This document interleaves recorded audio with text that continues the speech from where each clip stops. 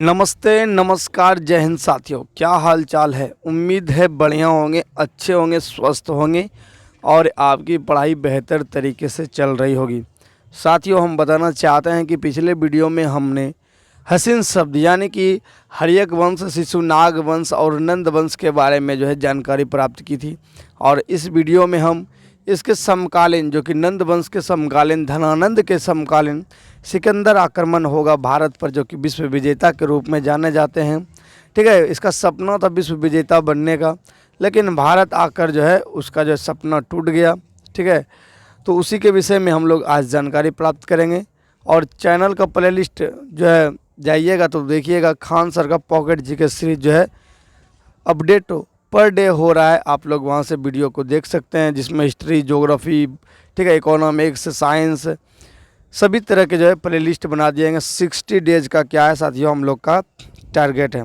तो चलिए, बाकी आप लोग अगर डेली वीडियो देख रहे होंगे तो आपको पूरा समझ में जानकारी आ गया होगा हम क्या कहना चाहते हैं। ठीक है, और आज का चैप्टर हमारा सिकंदर। तो स्टार्ट करते हैं इस चैप्टर को।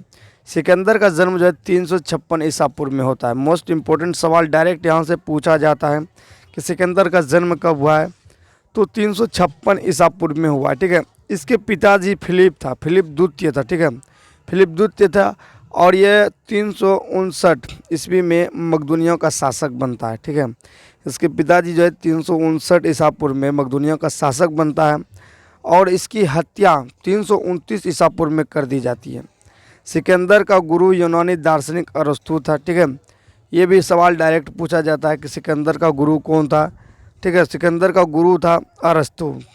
सिकंदर का प्रधान सेनापति था सेल्यूकस निकेटर। ये भी आपको याद रखना, सेल्यूकस निकेटर, क्योंकि ये आपके भारत में फिर मौर्य काल में आएगा। ठीक है, जो कि फिर चंद्रगुप्त का शादी करा देगा अपनी पुत्री से, तो इसको याद रखेगा, सेल्यूकस निकेटर का नाम। ठीक है, ये क्या था, इसका सेनापति था। आगे कहानी इसका आता है साथियों, इससे सवाल जो आता है वो हम आपको रूबरू कराते हैं। सिकंदर ने 326 ईसा पूर्व में हाइडेस्पिस झेलम युद्ध, जिसको क्या बोलते हैं, विस्तता, झेलम का मतलब प्राचीन नाम विस्तता है, जो कि पोरस व सिकंदर के बीच हुआ था। पोरस राज्य झेलम व चिनाब नदी के मध्य था। तो चिनाब व झेलम के बीच पोरस राज्य पड़ता था।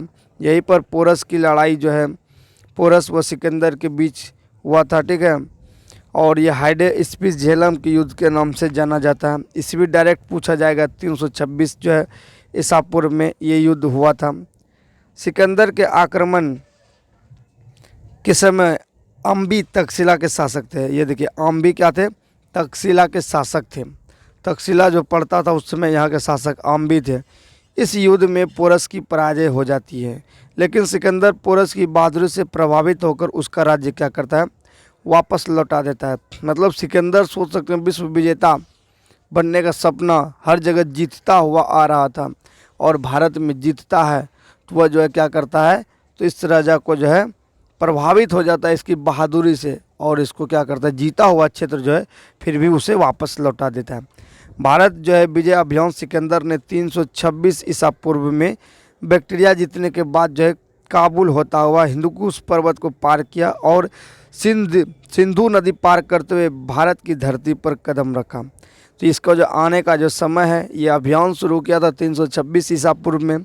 बैक्टीरिया को जब जीत लिया तो भारत विजय अभियान को लेकर आया था, और उस समय हमारा पूरा भारत पड़ता था, हिंदुकुश पर्वत तक पड़ता था, और यहाँ से इसने इसको पार किया और सिंधु नदी पार करते हुए भारत की धरती पर कदम रखा। ठीक है, फिर इस समय सिकंदर की सेना ने कुछ अफवाहों से डरकर ब्यास नदी को पार करने से इनकार कर दिया। अफवाह क्या था, हमने ये चंद्रगुप्त मौर्य का सीरियल देखा था, मैं सीरियल की बात करता हूँ। उसमें क्या करता है, चाणक्य और ये चंद्रगुप्त दोनों गुरु और शिष्य मिलकर इसके बहुत से भयानक डरावना शब्द जैसे कि दैवी शक्ति की तरह इस्तेमाल करता है, और बहुत सारे सैनिक उसके मरने लगते हैं। ठीक है, बहुत सारे चूहों सब में विष डाल डाल कर उसके सैनिक के पास भोजन सब में छोड़ देते हैं। चूहे भोजन में जाते हैं और सैनिक सब तबीयत खराब हो जाता है, तो कोई मौत का शिकार हो जाते हैं, तो डरने लगते हैं। तो उसको लगता है क्या, यहाँ पर दैवी शक्ति है, और ये उसकी सेना इस ब्यास नदी को पार करने से मना कर देता है। तो सवाल यहाँ से यही आता है साथियों कि सिकंदर की सेना जो है किस नदी को पार करने से इनकार कर देता है। तो सिकंदर की सेना जो है यही ब्यास नदी को पार करने से इनकार कर देता है। सिकंदर ने जो है भारत में 3 शहर बसाया था। जो यहाँ जीता था जितना, उसमें जो 3 को जो है शहर बसा दिया गया था। एक था निकाया जिसको बोलते हैं विजयनगर, दूसरा था अलेक्जेंड्रिया और तीसरा था बुस्केफला, ठीक है, या फिर बुका फैला। ये बुका फैला क्या था, तो बुक फैसल शहर, इसने अपने प्रिय घोड़ा का नाम था बुक केफला या बुक फैसल, इसी के नाम पर जो ये शहर बसाया था। तो वो इतना महान शासक जो कि साथियों क्या बताया, अपने घोड़े के नाम से शहर जो है बसा दिया था। सोचिए उसका सपना। सिकंदर जो है 19 महीने भारत में रहता है। कितना महीने रहता है? 19 महीने भारत में रहा और 325 ईसा पूर्व को वह स्थल मार्ग से भारत से वापस लौट जाता है। क्या होता है? वह स्थल मार्ग से भारत लौट जाता है। लेकिन साथियों क्या बताएं, उसका जो है बुरा स्थिति, क्या बोलते हैं, बुरा स्थिति जब का आता है ना, ऊपर वाले जब देखता है तो वो जो बख्शता नहीं है। होता क्या, देखिए सिंपल सी, सिकंदर की मृत्यु 323 ईसा पूर्व में बेबीलोन में हो जाता है। मोस्ट सवाल बनेगा किससे हो जाता है, तो सिंपल जो है ज्वर बुखार से हो गया। समझ सकते हैं, विश्व विजेता जो कि जो है सबको उड़ा दिया करता था, सिंपल बुखार से इसकी क्या होगी, मृत्यु हो गई। कहाँ पर? बेबीलोन में। बेबीलोन जगह है, वहाँ पर इसकी जो है मृत्यु हो जाती है। सिकंदर के अभियान से भारत को 4 जो है स्थल एवं 4 जल मार्ग का ज्ञान हुआ। सिकंदर के साथ 3 इतिहासकार भारत आए थे।